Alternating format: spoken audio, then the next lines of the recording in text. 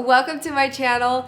My name is Abby and today I wanted to share with you my 2023 roundup of projects that I knit and crocheted throughout the year. Now I challenged myself to branch out and try new things because years before I was predominantly a sock knitter. And last year I vowed to be different and try different projects, and I'm happy to say I did. I have garments to share with you. I have totes and purses. I do have some socks, and I also have some stuffed animals, just a lot of different items, and I'm really proud of each and every one of them, and I cannot wait to share them with you. I have them all stacked next to me, and I just can't wait to go through them. Some of them I haven't seen in a while, and it'll be fun to look at and just, remember what it was like whenever I was knitting them and what I was doing at the time. It always just brings back memories to see those projects. Now, I am proud to say I was somewhat organized this year because I made a little project spread in my notebook, and I was able to capture every single project that I knit and crocheted this year. So as I started a project, I wrote the title of the pattern, and then I wrote who the pattern was written by, and then I put the start date. So I have all the start and finish dates, and I can see how long it took me when I was knitting these / crocheting these, and I don't know, this is just such a lovely thing to have, just to see all the projects that I made at a glance. It's just such a great reminder. So this is something that I'm going to do going forward. I really love this, just to be able to see a summary of everything that I made. With that said though, I did give away some projects, so I don't have everything with me, but I do have video from previous videos as well as some pictures of them. So I'll share those with you whenever we get to those items. I think the best way to share these with you will be in chronological order of the way that I finished the projects. I think that makes the most sense. So let's go ahead and get started. The first project is called Basket Sweater, and this was a fun one. So let me just show you what it looks like real quick. I can put it on, I'm a little chilly right now anyway. But this is a pattern that was designed by Lark from Fiber Tales. And she called for test knitters, I think it was back in 2021. I signed up for it and I was sent the pattern. But this is how it looks. I absolutely adore this one. This one, I must say, is probably my most worn sweater. I probably wear it at least once a week, maybe once every other week. But unfortunately, this pattern is not available to my knowledge because that pattern test was put on hold for whatever reason. I ultimately decided, because the size that I had signed up for, there weren't many issues with it. So I went ahead and chanced it, and I knit the entire thing. And this was a lot of fun because I filmed a video because I challenged myself to knit this in 4 days. Now, you can go back and watch that video. It was so much fun to film, and I made a lot of progress, but spoiler alert, I did not finish it within 4 days. But it was a perfect motivator for me to get this sweater finished. Now, of course, I knit on it a lot those 4 days, and then I got home, life happened, and I worked on it as much as I could. And then by January the 6th is what I have written down, January 2nd is what I have written down for this one when I finished it. And honestly, I think I had everything knit. I think I was just working on weaving in the ends, and that was so difficult. I had so many to weave in. I can show you what it looks like, but oh my goodness. Because since you're working in stripes, and there's some simple color work in it as well, but since you're using several strands of yarn, Not to mention I was holding my yarn double, so there were a lot of little strands going out. But look at this. This is the inside of the sweater. I tried to figure out the best way to weave them in as I went, and also try not to let the stripes jog. And I was trying to avoid that. Unfortunately, I don't think it worked. You can totally tell the back side from this front side, which is, see, this is the back side. You can just see that line going all the way down, which isn't bad because I have like long hair, so it nobody will ever notice it really unless I put my hair up. But overall, I'm super proud of this project. It, you know, showed me that I could knit a garment in a relatively short time, and I could knit something that I liked to wear. The yarn that I used for this one is from Hobby Lobby. It was by Yarn Bee. It's called Soft and Sleek DK. I don't remember the colorways for the gray or the white, but this purpley red color I believe was called Oxblood. It's a yoke style sweater. That's the way it's constructed, just yoke style. And then you hold, whenever you, I guess, get the yoke large enough, then you put some stitches on hold. Then you pick up more at the underarms whenever you're ready for the sleeves. Just pick up a few extra, and then you start knitting the sleeves.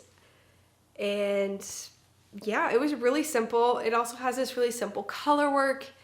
And that's really what drew me to this pattern, as well as the stripes. I just am a sucker for stripes. So that's partially why I signed up for the test knit. But overall, very, very happy. And it was a great start to last year in the way of projects. So the next project I finished in March. This was a pattern that I wrote myself, and it's funny because I have not looked at it in a long time. This pattern is called the Knot Shelf. So it's just really simple, like just crocheted wall hanging, and you use this unique stitch I came up with myself. I mean, it was, you know, based on the diamond stitch that you can use with, I think it's double crochet, but I just used, you know, a lot of extra yarn overs to extend the stitches like this big.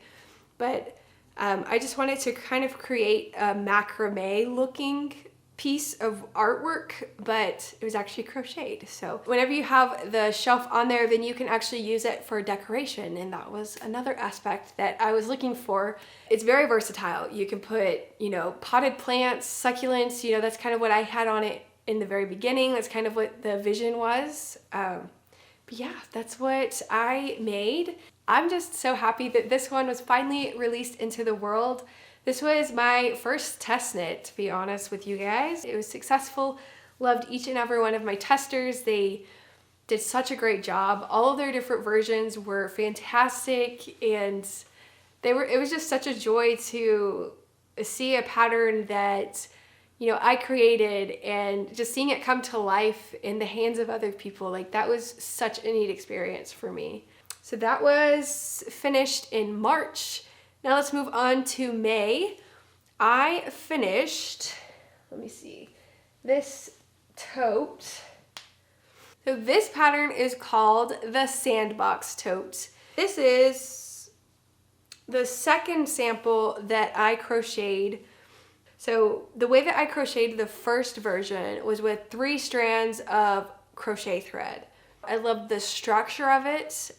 It's very sturdy for the fabric, but it's also lightweight, and it's very, you know, pliable. But I didn't know if, you know, people were interested in purchasing 3 different balls of crochet thread. So I was looking for another yarn choice, and I did have Lion Brand 24/7 cotton in my stash. And this is, you know, the fabric that it created.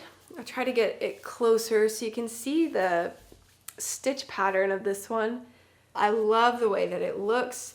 The stitch pattern came from a stitch dictionary, which I'll link down below in case you're interested. Made it with a wide base, that way you could you know, stuff a lot of things, if you used it for a beach tote, if you used it for groceries, you know, that was kind of the inspiration from this pattern. But the one thing that I don't like about this one, and I think it's a big flop and I should probably just rip it out and reuse the yarn, is because it just grew significantly. It literally dropped this bag all the way down to my calves. So this version, unfortunately, was a big flop.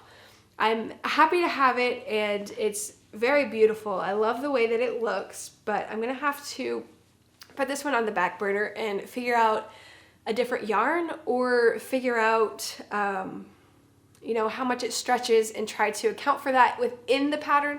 That way, whenever you wash it and use it, it will actually stretch to the final dimensions that you want.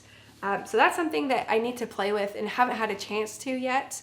That's what I'm calling the Sandbox tote right now. Then we're kicking off the summertime. I was heavily inspired in the summer and I made several bags.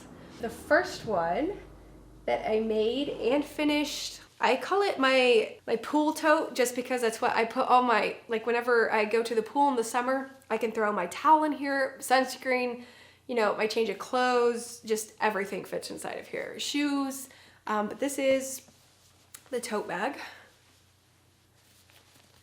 It's ginormous and I love it. So this bag is crocheted in 5 different pieces. So you start with the 2 side panels, which I made different sizes, and that was not necessarily on purpose, but I think that it really worked for this bag. And then you use this nice little seaming technique so that you get this nice little edge, which I absolutely love. And then I didn't like the way that it looked just all 4 sides together. So I decided to add a single crocheted border at the top, which is what this part is, just to give it a nice little contrast, but also make the bag a little bit, you know, taller. And then I didn't want to stop there. I decided I wanted to add an I-cord edging just to kind of bring it all together. And then I could make the I-cord straps as well. And I think that the straps are very sturdy. These also did stretch a bit whenever I put items in there, and just the more that I use it. But I don't think it's a big problem because I did make them a lot shorter than the other one, at least. That way, you know, it doesn't drag all the way down to my calves. But this bag, I am just so in love with. I think it's very sturdy. It's gonna hold up very well.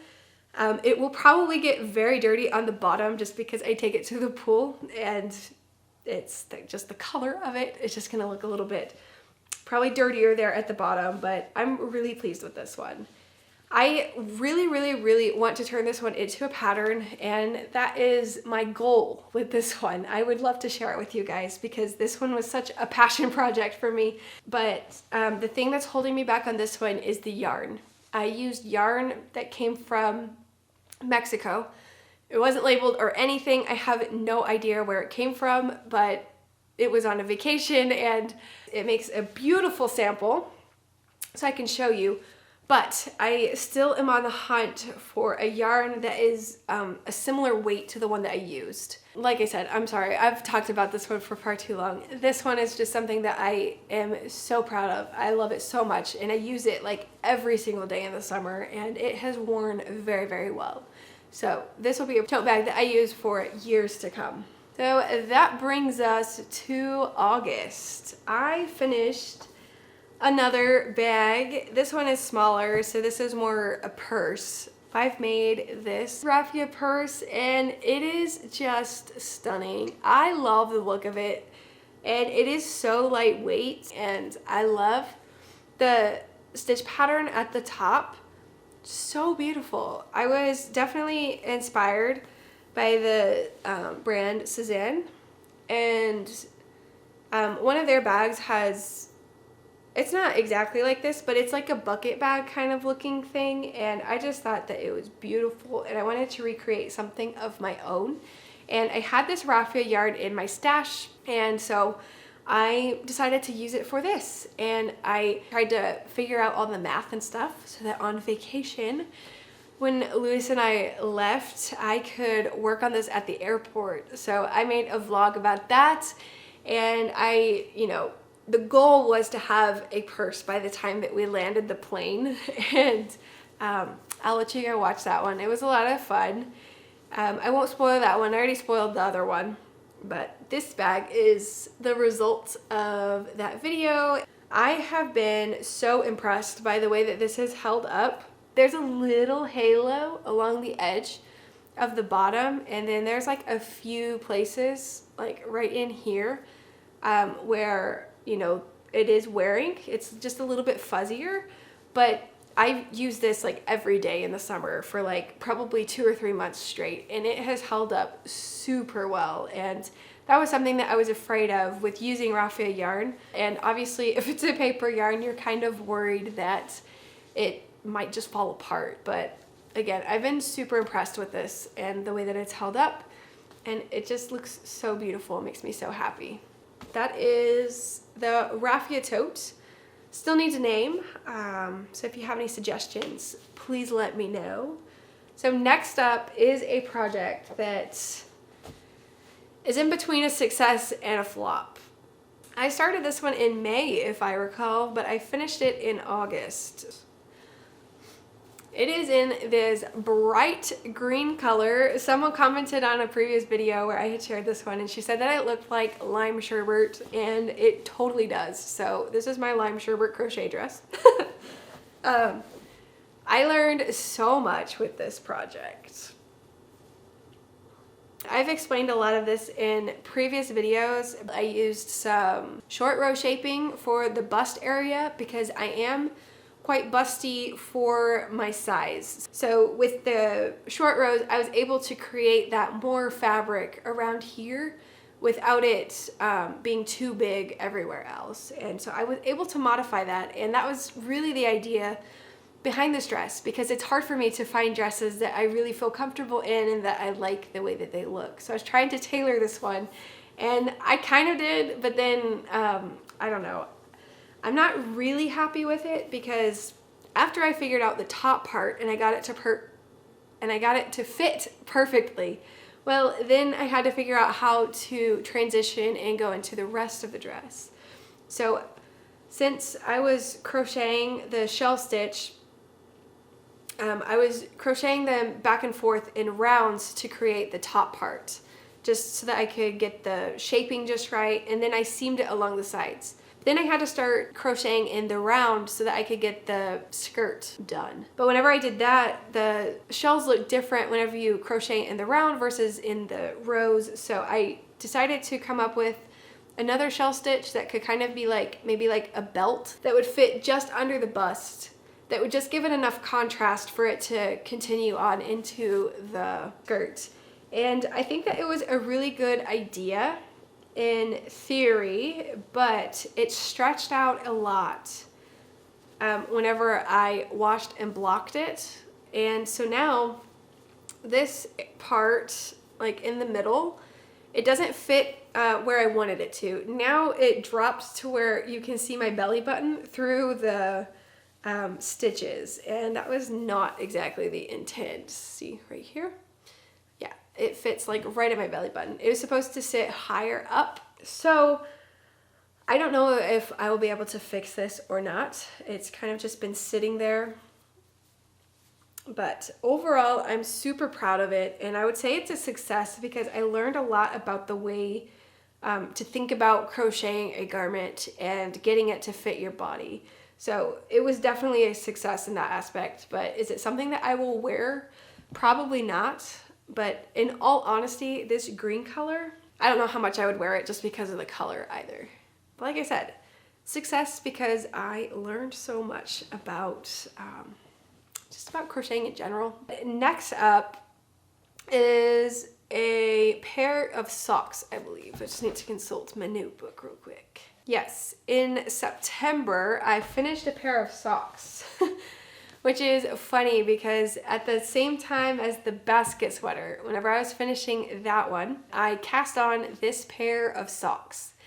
And Luis and I had gone to visit some of his family that lives in Minnesota, and our trip got postponed because, or rather delayed, because the weather as well as the airlines were having some issues last year around the holiday season. And so yeah, we got to stay there a couple extra days. So I finished the basket sweater, then I cast on a pair of socks, and I think I wrote down, yeah, January 2nd, same day I finished the basket sweater. So yeah, I cast these on immediately after and I started them. I don't remember how far I got, but I know that I had one sock done for the longest time.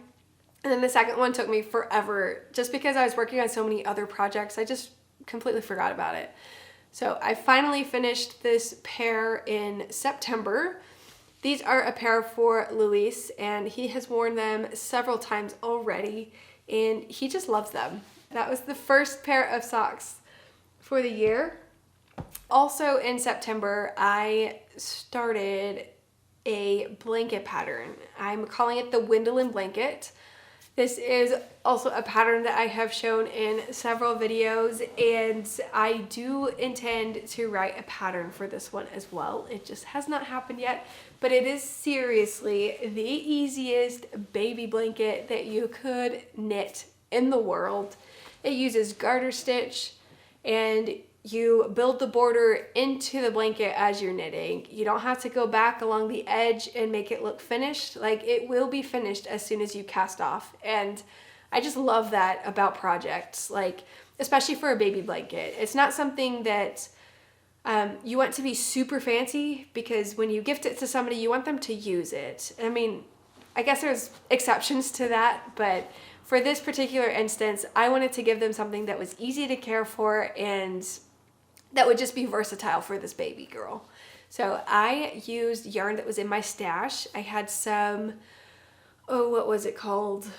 I forgot the yarn. There was a Bernat Baby Softie, I believe. And I think it was Antique White. It was like a creamy color. I think it was called Antique White though. So that was the creamy color. And then I also had this yellow skein of yarn that my friend had sent me from Peru. So since she had only sent me one skein of yarn, I really wanted to figure out how I can make her something with that. And whenever I found out that they were having a baby, you know, that's what sparked the idea to, oh, let's knit a blanket. And so to use up the yarn that was in, or the yarn that she had given me, it was, I made stripes. So that's the whole idea behind the stripes. But I think a solid version of this blanket would be beautiful as well. I sent it to her, and I know that they are very happy to have it. I've seen several pictures from them, and it's always been in use, and I just love to see that. But that is the Windowlin blanket. Next up, okay, had to look at the notes real quick. My pair of Christmas socks. I finished these, apparently, I finished these in October. Yeah, I finished these in October. Started in September, finished in October. These were really, really quick. I do remember that because just the way that this yarn is, it is so addictive. If you don't use self-striping yarn, at least for socks, like, you should. It is so motivating to knit socks. But just look at this beautiful pattern. This is just a vanilla sock pattern, nothing special at all, just a 2x2 rib at the top. You know, it was cuffed down, so knit the leg, and then whenever you get to the heel flap and gusset, I just used a slip stitch heel, and then, you know, continue on, and then Kitchener the toes together. So super, super simple. That's also, I forgot to mention, that's also what I did for these socks as well. The fabric is just a lot different. This yarn that I used was, what was it called? Sorry, I honestly can't remember what it is now, and I want to say it starts with an O, but it is a German yarn company. I've used some of their yarns before, but whenever Luis and I went to Santa Fe in September, we visited a few yarn stores because that's obviously why. One of the things I wanted to do when we were there, since they had some, and we went to this lovely yarn shop. They had so many good things, but upstairs they had this little basket of yarns that were discounted. I grabbed 2 skeins. The yarn is thinner and a little slippery whenever you wear it. So it just fits a little bit differently than other yarns that I've used for my socks. All in all, I love them. So nice and cozy, and they were fun to wear on Christmas. So that was my pair of Christmas socks. I did finish Luis's, but that'll come in a second because I am going in chronological order of the way that I finished. And the next project that I finished was a crochet hat. I actually made several versions of this, but I only wrote one down, and they kind of went in dominoes, you know. So I finished this hat, which I still have some leftover yarn just stuffed inside, but you can kind of see here. It's this beautiful crochet hat. I'll try it on for you guys, which I don't know why I still didn't cut that yarn for some reason, but it's finished. And this is what it looks like on. I am in love with it.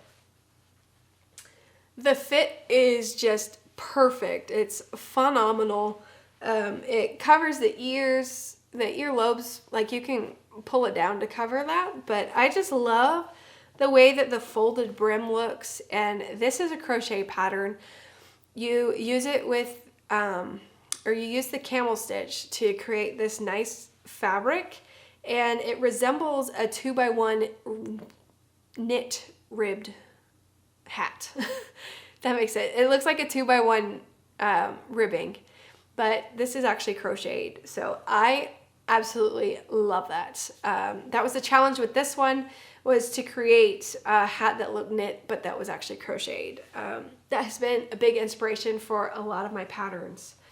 So whenever I was crocheting this one, I also really loved the way that it looked with a contrasting brim. So I decided to do 2 different versions so that you can make this hat pattern like super versatile. So I actually started with this one first, and it is black yarn. I'll try to zoom in on you. You can see that the stitch pattern is the same, but rather than a folded brim, this one just has a normal brim.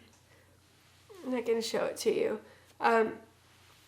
So I had too many stitches on this one, unfortunately, because this was supposed to be meant to fit my head, but it ended up fitting Luis's head better. So I just added more rows and made it fit his head, and I was counting stitches or repeats, so I still have stitch markers in there. But yeah, I finished this one next, and then I went on to crochet another version of the same hat, same yarn, and this one was with 1 ball of yarn. This one was with less than 1 ball of yarn, so really great pattern. But yeah, this is how it fits my head, and I just love the look of it. I think it's fantastic. So it's just a lovely pattern. So yeah, those are 3 versions of the same hat pattern essentially, but I crocheted all of those within the same time frame. But those are a lot of fun. My battery's flashing, so I need to change it really quick, and then I have just a few more projects to share with you guys. Oh wow, my hair's a little staticky, a little frizzy now because of those hats. Anyway, so the next 2 patterns I do not have in my possession any longer. These were gifted to my aunt. She had asked for these so that she could give them to one of her friends, and then her friend in turn gifted them to her newest grandbabies that entered the family, twin boys, and I don't know when they were born, but I know that she gifted those to them at Christmas time. So I had to have them done before December, and I started them, I started them in November. I started the fox. Sorry, I keep looking over here. I don't have it to show you. I have pictures though. But I started the fox first. I used the yarn from this Afghan that my mom had given me, which I've shown you in previous videos, was a little wonky and not something that I wanted. But I remembered that there was this orange yarn in it and it was absolutely perfect for this fox. And I found this beautiful pattern on Etsy, and that pattern is linked below. In case you're interested in it, I highly recommend it. Very easy to follow, and I always have trouble with the amigurumi type, stuffed animal type projects and getting the faces look right, but the way that this one worked out, it was just so beautiful, and I am just in love with it. I would totally make another one of these again. But so I finished the fox first, and then the second one was a bear. And those animals were chosen just because my aunt requested those specifically, so that's why I chose those. With the bear, I started out with a free pattern from Ravelry. I had the yarn, this nice brown tan kind of color that was a little lighter that I thought would be perfect for a bear. And I was right, it turned out to be the perfect color. However, whenever I started it, I was like, oh dear, I'm not gonna have enough yarn for this. So I had to go back to the drawing board. And at that point, I already had the blanket finished. I used the same pattern for the Windowland blanket as I did for this one. I just made it smaller to make it more of that lovey size. So I started off with that, and then I went to the bear. But since I had some troubles, I had to rip it out, and I went back to the drawing board, ended up finding a pattern on Etsy. I was gonna try to just recreate it, but I was like, you know what, just buy it. You need something quick, just finish it, and I'm so happy that I did. And I can highly recommend that pattern as well. Like I said, I did not crochet the blanket as what was laid out in the pattern, but her version was also very pretty, and I just love the way that the bear is snuggling that blanket. I just think it looks so cute and adorable. So those two levies were completed by the end of November. That way there was plenty of time to ship them to my aunt. Next up on the list, and this is the penultimate project. So it's the second pair of socks. This is Luis's pair. It is a little bit different. I'll show you, kind of compare them.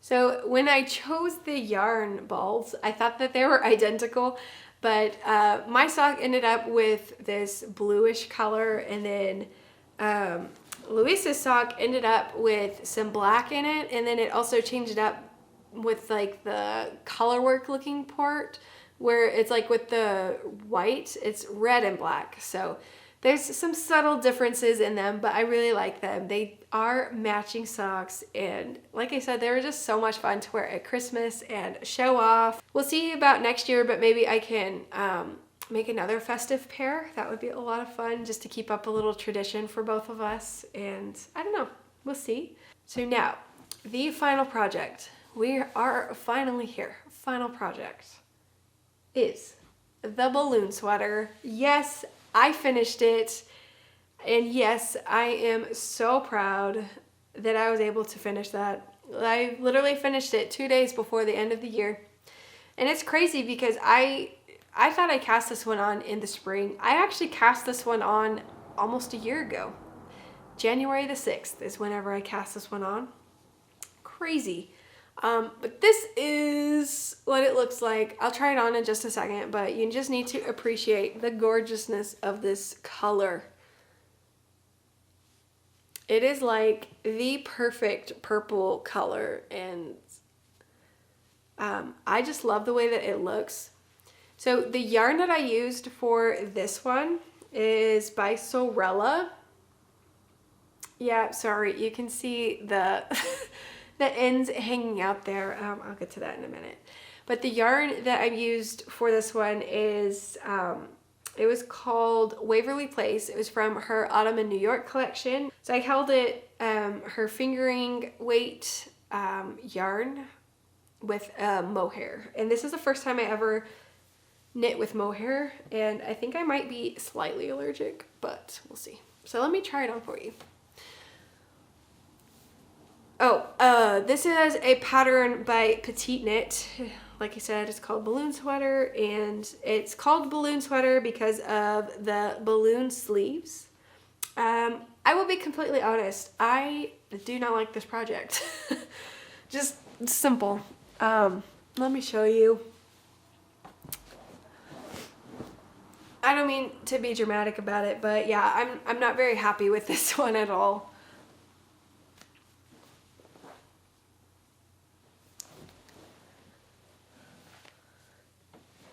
I tried to look at Ravelry, at other projects, since there's like thousands, and I was trying to see how everybody else's sleeves looked, because that was the problem that I had with this pattern. The first time was my fault, and I discussed this before, but I had to re-knit one sleeve completely because whenever I was knitting, I had put the project away for a little bit, and then whenever I picked it up again, I was like, oh, sleeves, why am I doing magic loop?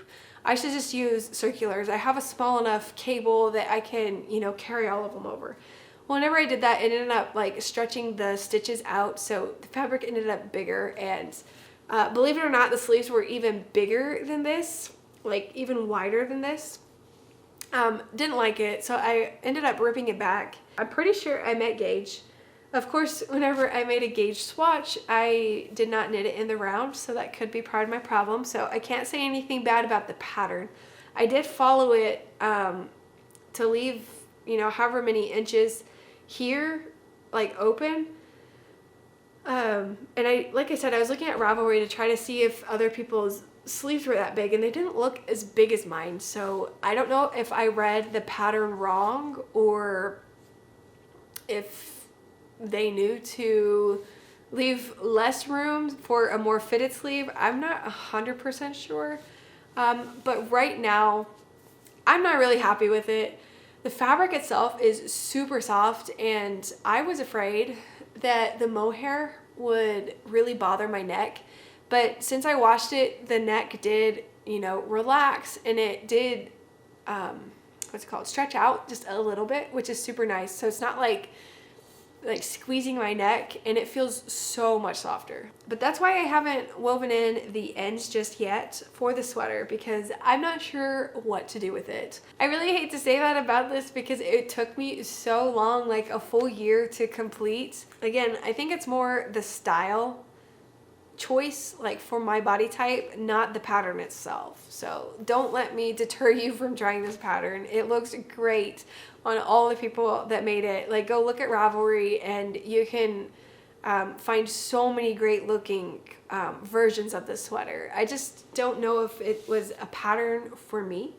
So I'm not sure if I will try to modify the sweater, because I think what I could do is just rip out the sleeves again and then sew up a little bit more so that the sleeves aren't as big, and then you know, try that out. And if I like that, then I could go on to actually making the body the length that I want.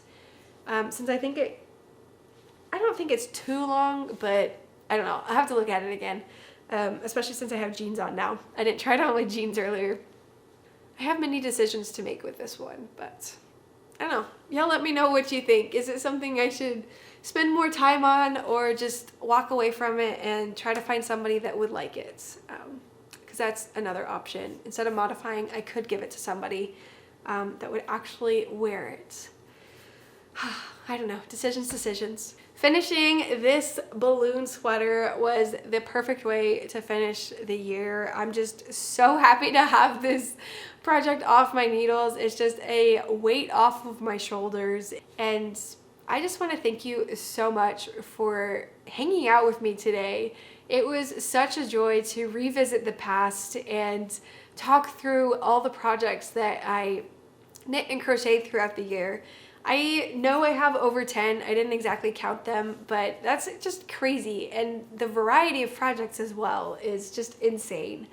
Now, I do have more plans for more projects this year, so stay tuned for that. I hope that you'll continue to join me, and I just want to thank you again for spending time with me. I hope that you have a good rest of your day, and if you'd like, you can always leave a comment in the description. I try to answer all that I can, but if I don't, know that I do read each and every one of them, and you can also reach out to me on Instagram if you'd like to chat over there.